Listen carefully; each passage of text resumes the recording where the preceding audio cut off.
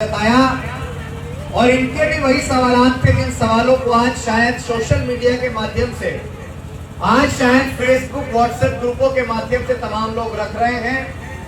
लेकिन मैं ये समझता हूं कि सवालों को पूछने का भी अपना एक तरीका होता है, किसी भी सवाल को रखने का भी अपना एक तरीका होता है। लेकिन जब हम सवाल को इस तरीके से पूछते हैं और डायरेक्ट एलिगेशन लगा देते हैं, अगर हम लोग बिना क्या के बात करेंगे तो मुझे लगता है कि किसी को भी बुरा लग जाएगा। जिस तरह से व्हाट्सएप ग्रुपों में एक मैसेज बहुत वायरल हो रहा है कि मान्यवर कांशीराम साहब ने मायावती जी को अपनी राजनीतिक विरासत दी और उन्होंने आगे बढ़ाई। फिर उसके बाद कहीं ना कहीं चंद्रशेखर आजाद जी ने पार्टी बना के, मतलब बहुत सारी चीजें उसमें लिखी गई उस ग्रुप में। और उसके बाद कहा गया कि एक और लड़का जो यूपी से आके घूम रहा है। पहले तो मैं उनसे कहना चाहता हूं कि आप सबको अपनी जानकारी में विकास करना चाहिए, क्योंकि मैं यूपी से नहीं आया हूं। मेरा जन्म दिल्ली का है, मेरी पैदाइश दिल्ली की है, मेरी पढ़ाई लिखाई दिल्ली की है और मैंने इस आंदोलन को भी शुरू दिल्ली में किया। हालांकि शोषण समाज पे उत्तर प्रदेश में हुआ तो मैं उत्तर प्रदेश गया, शोषण समाज पे राजस्थान में हुआ तो मैं राजस्थान आया, समाज पे शोषण बिहार हुआ तो मैं बिहार गया, समाज पे शोषण छत्तीसगढ़ मध्य प्रदेश में हुआ तो मैं वहां गया। अभिषेक वर्तमान समय में किसी एक जगह का नहीं है, अभिषेक तो हर उस जगह का है जहां अभिषेक को चाहने वाले लोग और उसको प्यार करने वाले लोग रहते हैं। अभिषेक हर उस एक जगह का है। आज जब मैं जिस दिन से धौलपुर के अंदर हूँ, मैंने ये देखा कि जब मैं अपनी माओ के पास जाता हूँ,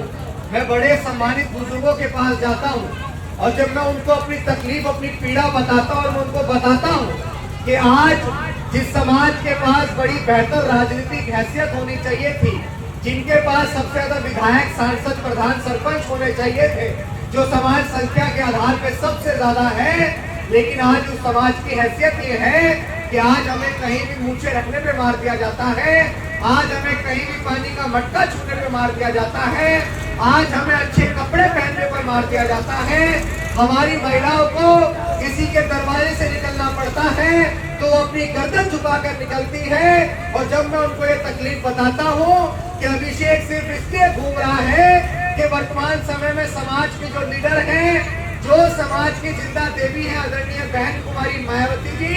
जो लोग आज मुझसे ये सवाल करते हैं कि मैं माननीय बहन जी को या उस पार्टी को कोई नुकसान पहुंचाने के लिए घूम रहा हो, तो माननीय बहन जी इस विश्व की वो शख्सियत है, बहुजन समाज पार्टी मान्यवर कांशीराम साहब की वो विरासत है जिसको अभिषेक को क्या किसी का बाप भी उसको नुकसान नहीं पहुंचा सकता है, क्योंकि वो हमारे महापुरुषों का आंदोलन है, जिस आंदोलन के लिए मान्यवर कांशीराम साहब ने अपना घर परिवार छोड़ दिया था। और जो लोग मुझसे ये सवाल करते हैं कि आज मैं शायद माननीय बहन जी को या बहुजन समाज पार्टी को नुकसान पहुंचाने के लिए घूम रहा हूँ, तो मेरे दिल से आके पूछो, अगर मैं आज घूम रहा हूँ तो मैं घूम रहा हूँ कि माननीय बहन जी को पीछे भी इस देश का प्रधानमंत्री बना सकूं। अभिषेक सिंह इसलिए गाँव गाँव घूम रहा है। अगर मैं धौलपुर के अंदर घूमकर समाज को जगाऊंगा तो उसका लाभ समाज के अंदर जो धौलपुर के अंदर काम कर रहे हैं, जो यहाँ पर नेतागिरी करेंगे, जो यहाँ पर समाज से वोट मांगने का काम करेंगे, अगर राष्ट्रीय स्तर पर हमारे नेता एकजुट होते हैं तो उसका लाभ यहाँ के निजी नेताओं को मिलेगा, यहाँ के क्षेत्रों के नेताओं को मिलेगा, अभिषेक को नहीं मिलेगा। और जो लोग अभिषेक से इन सवालों को वो कर रहे हैं कि अभिषेक पार्टी बनाएगा, तो एक बात को हमेशा याद रखिएगा, मैं सबसे कहूंगा, आप लोग अगर वीडियो बनाना चाहते हो तो वीडियोस भी बना लें। मैंने पहले भी अपने कई कार्यक्रमों में कहा है कि जो जुबान का नहीं होता ना, वो किसी काम का नहीं होता, इस बात को याद रखिएगा। जो अपनी जुबान का नहीं होता वो किसी काम का नहीं होता। और जिन लोगों ने हमेशा बहुजन आंदोलन के नाम पे दलाली की है, वो किसी के दर्द को,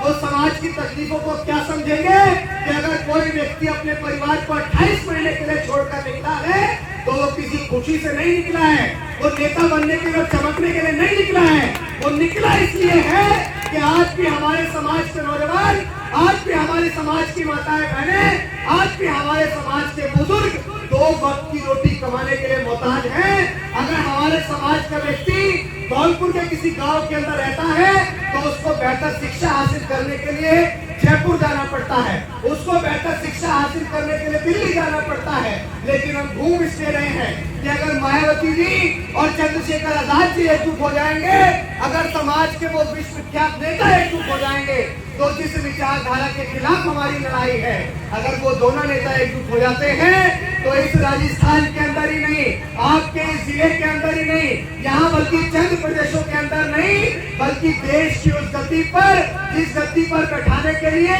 जिस गति पर अपना प्रधानमंत्री बनाने के लिए माननीय कांशी राम साहब और डॉक्टर बाबा साहेब अम्बेडकर ने सपना देखा था, वो आंदोलन था सामाजिक परिवर्तन और आर्थिक मुक्ति का आंदोलन। वो आंदोलन था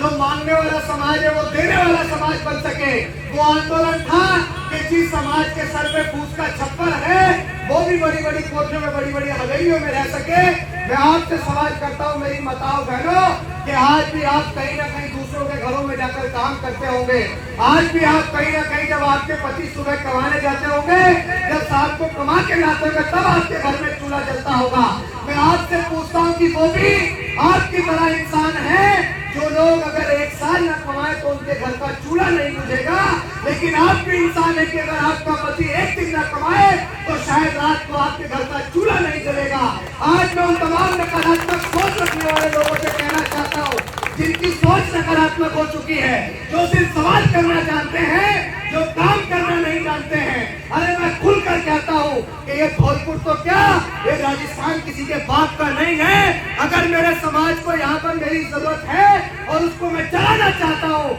तो किसी का बाप भी मुझे धौलपुर में अपने समाज को जगाने से नहीं रोक सकता है। मैं अपने समाज को जगाने के लिए, अपने समाज को अंतिम पायदान पे खड़े उस व्यक्ति को एक उच्च और बेहतर जीवन देने के लिए मुझे अपने प्राणों की आहुति भी देनी पड़ेगी। तो अभिषेक अपने प्राणों की आहुति को देने का काम करेगा, लेकिन अपने जीते जी मैं इस बात को चीख कर कहूंगा कि अगर आज हमने अपने नेताओं को एकजुट नहीं किया,